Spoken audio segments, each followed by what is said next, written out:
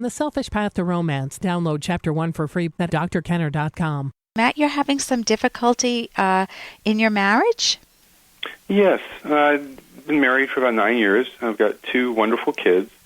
And a few weeks ago, my wife informed me that essentially for the past 3 years, she's either suppressed or she's not been able to disclose a number of feelings, a number of misgivings she's had for me. Okay. And 2 areas specifically. One is that I've been, I think, too intrusive, too overbearing in her life. Okay. And also that she thinks I lack ambition. Okay. And so my issue is she's seeking some therapy for some issues she feels like she has, and I'm trying to figure out what I can do while she's going through this. I love her dearly, and I want the relationship to grow, not just even continue on the vein. When you raise kids, obviously, there's pressure from that aspect. Oh, man, there's pressure from all aspects. Raising kids is, people look at it as, oh, isn't that cute? I want to have a kid. And when they realize it's 24/7, and your only break is typically to get your spouse to to help you out. That's right. So, okay, so what you're saying is, what can I do? And it sounds like a huge mistake that your wife made was to hold in feelings for 3 years. Because when you hold all the feelings in, they take on a life of their own, and your own partner becomes your enemy. Yes. And she looks at you every instance when you say, could you do this, or why did you do that? You become too overbearing, and then her mind's going to collect instances when you're overbearing, and maybe she's not as tuned into instances when you were more gentle. Now, there may be some truth in that. Is there some truth that you were too overbearing, her first complaint? Yes, there is. Part of it, I think, had to do with, for years she thought she wasn't as pretty as she is. Yeah. And I remember when we first started dating and started marrying, after we got married, and we'd go to the store and I'd pick out some clothes which showed off her body, and she has a wonderful body, and she has over the years realized, her beauty. But over time, I think she viewed my taking an interest in her fashion as, I think, kind of cutting into her independence. Yeah. And, I viewed it, my motivation was to flatter her, and I probably went overboard. Okay, it's typically, from a guy's point of view, I may not be speaking for you, but typically what I hear is that it's not only to flatter her, but it's to get turned on, to feel it's a win-win situation if the woman feels in the mood, but if she doesn't feel in the mood, you just become another chore on her to-do list. If she wears the sexy clothes, then it's going to have a wonderful effect on you from your vantage point, but not from hers. And it undermines sex. So clothes become they're not such a neutral choice, even if they're well-meaning. So the key is to have that type of a conversation and to openly listen to her without a lot of yes buts, but tell me more, and how else did you feel, and when else did you feel this, and let her start to get out that 3 years worth of pain that she's held. Now beware, you definitely need... Hey, I got to interrupt this because we've got to pay some bills. 30 seconds, that's it. A very quick ad, and then Ellen will be back. Romance. I wish I knew more about what girls want from a relationship. Boy, I wish I knew more about what I want. Where's that ad I saw? Here it is. The Selfish Path to Romance, a serious romance guidebook. Download Chapter 1 for free at selfishromance.com and buy it at amazon.com. The Selfish Path to Romance. That is interesting. Start to get out that 3 years worth of pain that she's held. Now beware, you definitely need to put on a seatbelt. Mm-hmm. Yes, it's already happened. And you need to put a very sweet Band-Aid over your mouth. And because it is so easy to jump in with the yes, but you don't understand. No, I wasn't doing it. No, you don't. You got me all wrong. We want to defend ourselves, but we're in a much more powerful position if we actively listen to what our partner says.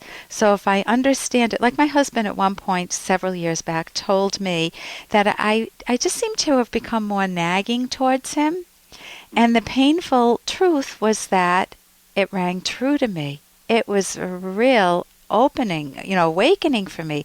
And so I listened to him. I said, could you give me some examples of it? And then I started catching my own examples. It's like, oh my God, I just told you, couldn't you have parked a little bit further away from that other car? It'd be easier for me to open the door. And I thought, I'm nagging him. Did I really need to say that? I can get out. And so one of the ways you can look at marriage is as an opportunity for two people to grow together. I grew tremendously by learning about that character trait in myself that I didn't love. And you can do that for yourself too. If you've been too overbearing, listen to her and learn and use it selfishly to change something in yourself that makes yourself a better partner for your wife or anyone, but assuming you're staying married, for your wife. Yeah. And the second thing, she said you lack ambition. Is there any truth to that? No. I think she's confusing ambition and assertiveness. Okay. I am very ambitious. I've admitted to her and others that at times, for various reasons, I haven't communicated what I need to communicate at the right time. Okay. Can you give me a safe example? We don't have to go into sex here, but a safe... with respect to my professional career, okay. Given that I've had two kids and they're both very young, yeah. I've kind of weighed the context of whether I should approach the company about monetary issues or responsibility issues. Yeah. I work from home, and that's been a blessing and a burden. Yeah. I'm in the position now to work outside, but I've kind of held back some positions I should have taken probably, and that's frustrated my wife because she sees me kind of mired down in the mud rather than advancing my career. Okay, so she would need to learn how to be lovingly supportive and be a good listener for you, because if she were a good almost canvas for you to paint your thoughts on, you might hear you say, I'm afraid to take this job because I want to be around for the kids and to help you out, and yet I'd also like to take this job. And she would just be there to help you think it through without her doing the thinking for you. That's another area of listening skills that can help a partner. I know a lot of times when I've come in and said to my husband, well, what do you think I should do? And part of me wants him to tell me what to do. And another part of me just loves the way he handles it. And both of us have learned this skill over time. We didn't have this when we first got married. But what I learned to do was, or what we both learned to do, was just to do what's called active listening. So what are your thoughts about it, honey? And what else have you thought? And what are your reasons for wanting to do it? What are your reasons for not wanting to do it? And you help guide the thinking, but you don't do the thinking for the other person. So listen, I hope that helps. You can get my book, The Selfish Path to Romance, How to Love with Passion and Reason, because we talk about conflict resolution. We talk about how to keep a marriage going over many years, which is what you're trying to do. So thank you so very much for the call, Matt, and I wish you the best. Thank you very much. I appreciate it. And here's a little more from Dr. Kenner. Stay with all of us and enjoy the party. You have been talking to Father. Your father would like me to be composed and to join in the conversation. Yes. I can't, Aunt Lavinia. Oh, dear. Perhaps you don't try sufficiently. Oh, I do. There's nothing that means more to me than that. I have sat here in my room and made notes of the things I should say and how I should say them. But when I am in company, it seems that no one could want to listen to me. And that is an amazing story. The story is the heiress, and she's trying to please her father. She's trying to say what other people want her to say. She's trying to compose the right things to say, and she is at war with herself because she doesn't enjoy this. She doesn't want to force herself into a mold that isn't her. Are you doing that to yourself in some form in your own life? If you are, you want to think again. You want to figure out how to rescue yourself, how to be true to yourself. It's one of the hardest things that any of us can do. And when we earn our own self-respect, when we have integrity, it is a wonderful, wonderful feeling. And that's one of the things we work towards on my show, The Rational Basis of Happiness. For more Dr. Kenner podcast, go to drkenner.com and please listen to this ad. Here's an excerpt from The Selfish Path to Romance, the Serious Romance Guidebook by clinical psychologist Dr. Ellen Kenner. Emotions can be understood consciously, but only through introspection, by focusing inward on our own mental contents and processes.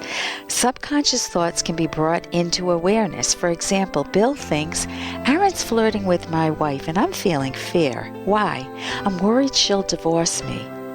If Bill had more self-confidence, his reaction might be quite different, such as, I like that my wife is attractive, and she's probably enjoying the attention from Aaron, but that's no threat to me because we deeply value one another and feel worthy of each other's love.